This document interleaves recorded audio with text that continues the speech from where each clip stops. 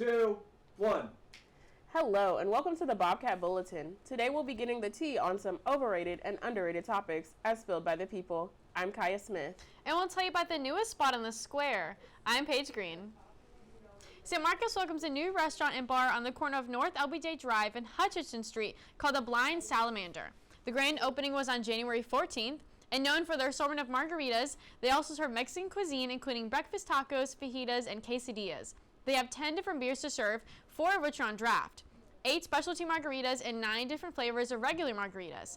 So if you guys are looking for a new spot to grab a bite or a drink after class, then check out the Blind Salamander.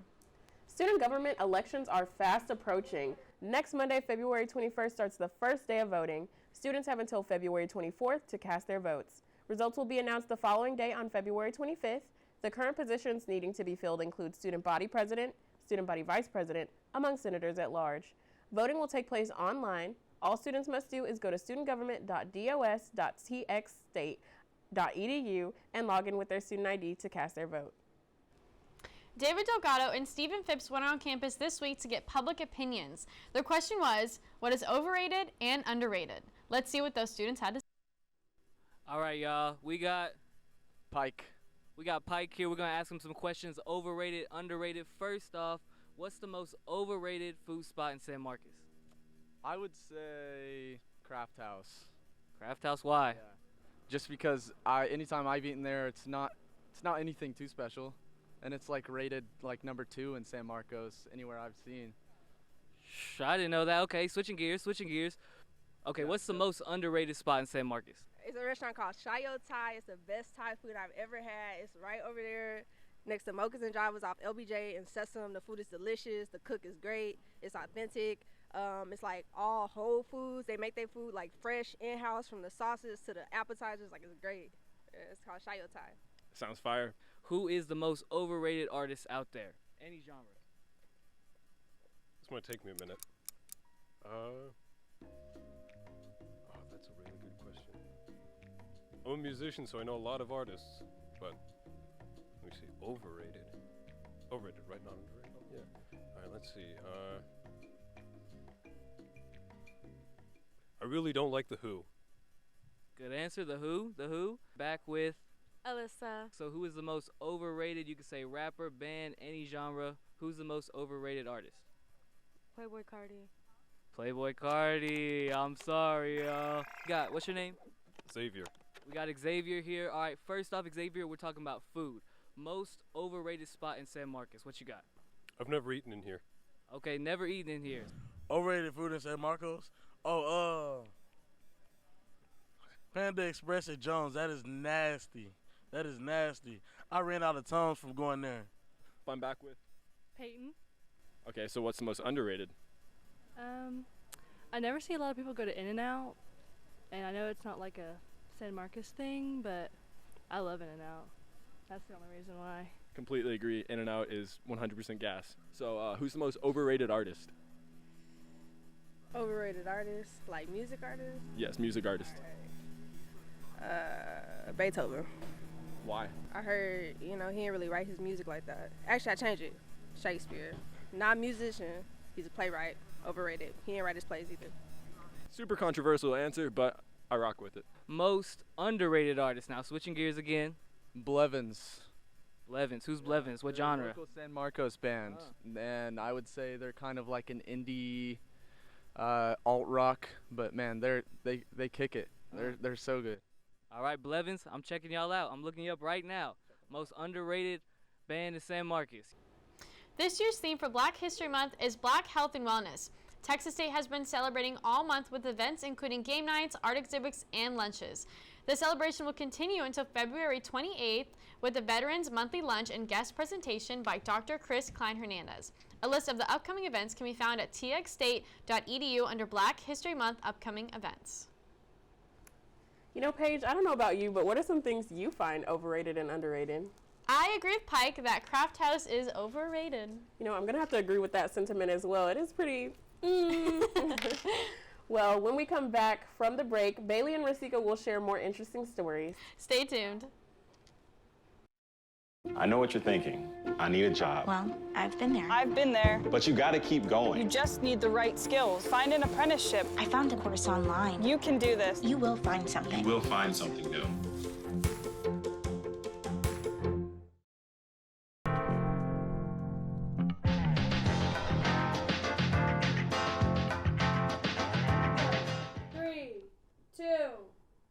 Hello and welcome back to Bobcat Bulletin. I'm Bailey Collier. And I'm Rasika Gasti. We have upcoming events and news about local San Marcos fine arts. Today we'll be talking about the upcoming play presented by the Department of Theater and Dance and an emerging artist in San Marcos. Also, we will take a look at an interview with the Texas State dance professor talking about her choreography. If you missed the last Euphoria episode, then don't worry, we've got you covered. Just stay tuned. The Texas State Department of Theater and Dance will be performing the play Father Comes Home from the War, Part 1 and 2, February 17th through the 20th at the PSH Foundation Studio Theater. The play demonstrates the cost of freedom in an expressive and creative way through the actors, the set, and the costumes. My name is Labrina Bedell. I play second chorus. The play Father Comes Home from the War is about a young man named Hero, and he's conflicted about going to the war. It's kind of like an age story where he tries to live up to his name Hero and actually becomes a hero by going to the war. My name is Anatitu Saliu, and I play fourth. I love her dedication to Hero. I love how much she's a team player and how she completely trusts Hero with all her heart. I'm Catherine Brand. I'm a third-year costume design graduate student, and I am the costume designer. So initially we started with going historically accurate. It was very much, this is the time, this is the place, here we are. As we started digging in deeper, it took on this more ethereal quality. So we wanted to play with what was actually keeping them there, what was actually their wants, their desires, and things like that. So it became about community, but it also became about what keeps you trapped. So the biggest inspiration kind of came from the idea of ropes and how we could incorporate that with the set, with the costumes, with the blocking, whatever it may be. And that was the biggest launching point for me, was how to incorporate those ropes. They are all trapped. While they think that they have free will, they really don't. They are all bound by what happens to each other. So they are bound by blood, quite literally. So a big connector between them is that blood that follows them. We took a lot of inspiration too from the ancient Greek chorus. So our chorus members are masked. They wear full face masks. You cannot see their faces at all. Our main character, Hero, is the only one that ever changes. He goes from his look on the plantation to his look in part 2 where he is in the war. People can read in history books that they had choices. It's almost like none of the choices were good for them, and it was mostly orchestrated by white power in their lives. Come see the show, and it can make you uncomfortable, but it's not bad to be uncomfortable when it comes to serious topics. I hope people take a lot from this, and we have that chance to kind of like live up and become more than who we were in the past and what we've done in the past, being owned by other people. And we take our ownership now and we make more of it. Texas State alum Kitty Cohen, who is an aspiring music artist, shares how she got her start in the music industry. Samantha Peno has a story on that for us. Kitty Cohen is a Nashville-based alternative pop rock musical artist with roots in Austin and San Marcos. I think the local music scene in Austin, I would say San Marcos is a little bit smaller, but I think that it kind of like runs over. They kind of blend together in a lot of ways, so I think it's applicable. Also, there's some great EDM festivals and stuff in San Marcos that I've gone to that influenced my music a lot in college. I would say that the reason why people would ever call my music country or twangy or y'all alternative, the only reason I've ever worn like a cowgirl hat was kind of the first like era of my career. My vibe was wearing a cowgirl hat. So I think that's what that is. It's like when you're from Texas and you're in Austin, it's like the Wild West, you know, it's fun. The cowboy trope is cute. She realized her passion for music at a young age. I started making music for fun when I was about 11, when my grandpa got me my first ukulele, my first instrument, which was a ukulele. And I started making music professionally when I was 22. Her influences and inspirations are vast, ranging from Dolly Parton and Doja Cat to Quentin Tarantino. When I make my music, I focus on creating a world for people to kind of escape to and to just kind of enjoy themselves, feel like a bad bitch, feel like they can just, you know, be confident in themselves and go about life being sure of what they're doing. Kitty is currently working on her sophomore album and has a lot more content coming soon that her fans can look forward to experiencing. Right now, I'm working on an album, and I have a single coming out on February 9th, which you guys will probably edit this and show it to your class after that. But it is called Bad Bad Liar, and it is awesome. It's giving Paramore. It's so good, and I'm really obsessed with it. It's like the first song off my album that I'm working on right now. There's a music video for it too that I'm finishing filming here as well. So yeah, I'm really excited. It's gonna be a good year. Euphoria is becoming one of the most popular TV shows. Season 2, Episode 5 left many viewers on the edge of their seats due to many big cliffhangers, which led to many viewers creating some of their own conspiracy theories about where the show will go next. I'm Autumn. And I'm Michelle. And today we're reading Euphoria Season 2, Episode 5, Fan Theories. The first one is Lori has sex trafficked Rue. I believe that one.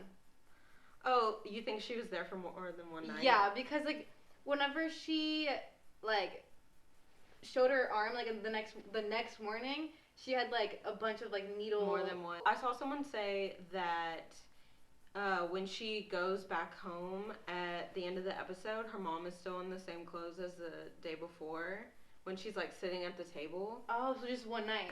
And the last one, Elliot is going to die. Believe. Think so? I believe it hard, yeah. Okay, so this is why I believe that. Because the way that they had Rue dancing with Elliot was the same. Did you see that? Yeah. It's the same as how she was dancing with her dad. Okay, so now we're doing interviews, right? Yeah. Okay. Have you seen the latest episode? Yes. Describe it in one word. A roller coaster. It was epic. Okay. Crazy. Crazy. With the philosophy of expressing the inner conditions of the underrepresented communities, Ana Carrillo has directed and choreographed many amazing dance pieces. She's currently a dance professor at Texas State University. Rasika interviewed her to learn more about her dance journey. Just to like start off, like could you just tell us about like why did you choose dance? Like out of all the things you had to do, why dance? It started very early. I didn't want to dance. My mom kind of made me take classes like moms do, you know, and I loved it. And I truly think it was a very good professor that I had, teacher of dance, and she made me see the things that I had versus the things that I didn't. How did the career shape, like you in the beginning just wanting to be in dance and now what you're doing, like how did it shape? I think it took some turns or just like evolutions. I really fell in love with the teaching of dance. And I took classes always with Royal Academy of Dance. I became teacher there. I would bring people from England to do their examinations, loved that. Then I became a choreographer. And then in my bachelor's degree, I learned about video and the intersection of video and dance. In all of this evolution of my career, I've become also a producer. So I started a festival with some of my colleagues here at Texas State. It's called Semilla Fest, and that is to celebrate the Latinx and African diasporas. Is there a favorite piece of work that you love so much you cannot ever forget? I'm thinking about La Sabina. La Sabina is a piece that I made probably 2-3 years ago with one of my friends and choreographer from Mexico. I went to school with her, Rocio Luna. We had been talking about magic realism, about you know, what it is to be feminine, what it is to be androgynous, just so many things. And then there was a call for a video dance festival in Brussels, I think, or something. And it was about just make a piece that's so real. And we filmed, and to date, it's been the most renowned of our work, or my work. That's it for now. After the break, Brendan and Andrew will have some more interesting stories for you. So stay tuned. Before we celebrate the freedom most Americans have, we must fight for the freedom all Americans deserve. Because all lives can't matter until Black lives matter.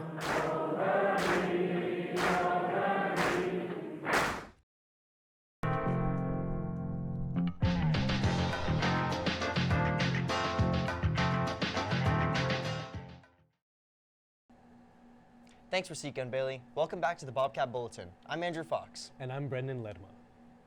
Today we have some interesting topics to cover, including insights into Super Bowl commercials, as well as some campus life and LBJ history. Lyndon Baines Johnson, also known as LBJ, is a historical figure at Texas State University. Johnson has his own statue at Texas State, located in the Quad near Flowers Hall. The near life-size statue was unveiled in September 2006 and depicts a young Lyndon B. Johnson as he may appeared as a student at Texas State. The LBJ Student Center is also named after Johnson and is where students can go for dining, academic services, and getting involved in school activities. Johnson is also known for his famous quote, "Yesterday is not ours to recover, but tomorrow's is ours to win or lose." While the majority of us were watching the Super Bowl, did anyone notice this solid minute of this QR code bouncing on the screen? I did. I was actually hoping it would hit the corners, but it didn't. While many of us were confused, those who scanned the QR code will have noticed that this was an advertisement for none other than Coinbase, a cryptocurrency exchange platform. This 60-second advertisement of the classic screensaver cost the company $14 million. In exchange, it brought a 4% increase to the stock price, equating to a net $2 billion to their market cap. The Coinbase app rose from 186th in the App Store to the second most searched and downloaded app. Talk about simple but effective. With all of the COVID chaos, we've been enjoying being back in the swing of things on campus. We had a chance to catch up with some of our Texas State students and see how they're getting adjusted to campus life. Hey, what's up guys? It's Zach here on Texas State campus here for the Bobcat Bulletin. And today, follow us around campus while we ask a bunch of, various silly questions. Hello, my name is Andrew. I'm here with Emmanuel Gray. Emmanuel Gray. Cool name. I like that. So I have two quick questions for you, Emmanuel. All right. The first question is, what is one thing you woke up this morning and you were grateful for? There's a lot of things to be grateful for. I try to be grateful for everything. I try to say my grateful things in the nighttime because throughout life you'll see that you're not grateful for the things in life. So one thing I'm grateful for is life, I guess, is because I was able to wake up today. I was able to, come to school because a lot of people don't have the fortunateness that we have. I mean, to come here, they gotta struggle for meals and shit. They gotta struggle for to keep the lights on the house. And I mean, I was talking with my dad about it not too long ago. He was saying, y'all listen to that rap music and talk about that lifestyle, but they probably wouldn't want to live that lifestyle. They would rather live the lifestyle y'all live in, going to school and shit, but they can't. So one thing I'm appreciative for, I'm grateful for is this life that I woke up today. I woke up who I am. I'm appreciative of who I am. That was beautiful. No problem, man. I try to practice existentialism, which is like being with oneself and trying to accept everything as it is and not to overthink anything really. That's awesome. No problem, man. No problem. All right. So, what is one thing that you're looking forward to for the rest of this week? Like, what's going on in your life? What are you guys doing? One thing I'm looking forward to this week, I'm waiting to get paid. I'm waiting to get paid so I can turn up with my friends this weekend. I still have time to enjoy myself, so waiting to get paid. That's one thing I'm looking forward to this weekend, is getting some more money.